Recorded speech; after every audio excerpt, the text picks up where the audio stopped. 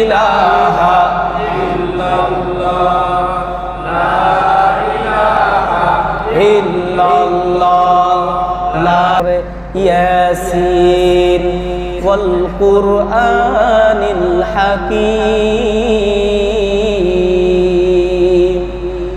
ইন্নাকা লামিনাল মুরসালিনা আলা সিরাতিন মুস্তাকিম।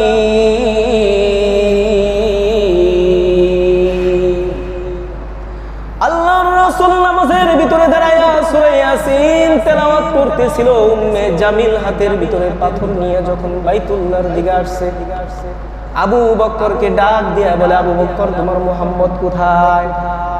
মুহাম্মদ বাপ দাদার ধর্ম ত্যাগ করে নতুন কালিমার দাওয়াত দেয়। এই মুহাম্মদকে আর দুনিয়ায় থাকতে দিব না, মুহাম্মদকে শেষ করে দিব, তাড়াতাড়ি দেখো মুহাম্মদ। আবু বকর দেখে আল্লাহর রাসূল দাঁড়ায় নামাজ পড়ে, উম্মে জামিল দেখে না। আল্লাহর রাসূলের চতুর্দিকে উম্মে জামিল ঘুরে হাতের ভিতরে পাথর নিয়ে আর আবু বকরকে বলে, মুহাম্মদ কই? মুহাম্মদ কি পালাইছে? অথচ মুহাম্মদ পাশে দাঁড়ায় নামাজ পড়ে। আবু বকর বুঝলেন এখানে আল্লাহ তাআলার কুদরতি খেলা খেলতেছে। যেহেতু আমি আবু বকর দেখি, উম্মে জামিল দেখে না। উম্মে জামিল চলে যাওয়ার পর আল্লাহর রাসূল যখন আসসালামু আলাইকুম ওয়া রাহমাতুল্লাহ বলে নামাজ শেষ করলেন, আল্লাহর রাসূলকে আবু বকর ডাক দিয়ে বললেন, আল্লাহর হাবিব, ওই যে আপনি নামাজের ভিতরে দাঁড়ানো ছিলেন, সূরা ইয়াসিন তেলাওয়াত করতেছিলেন, আপনার চাচি হাতের ভিতরে পাথর নিয়ে যখন নাকি আপনাকে মারার জন্য আসলো, আপনার চতুর্দিকে ঘুরতেছিল আর বলতেছিল, মুহাম্মদ কোথায়?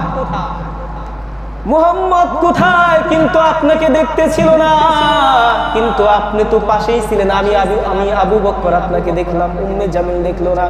আল্লাহর রাসূল ডাক দিয়া বললেন, আবু বকর, আমি যখন নামাজের ভিতরে দাঁড়াইয়া সূরা ইয়াসিন তেলাওয়াত করতেছিলাম, আল্লাহ তাআলা ফেরেশতাদের মাধ্যমে আমাকে আসমান থেকে জমিন পর্যন্ত বেষ্টন করে ফেলেছে।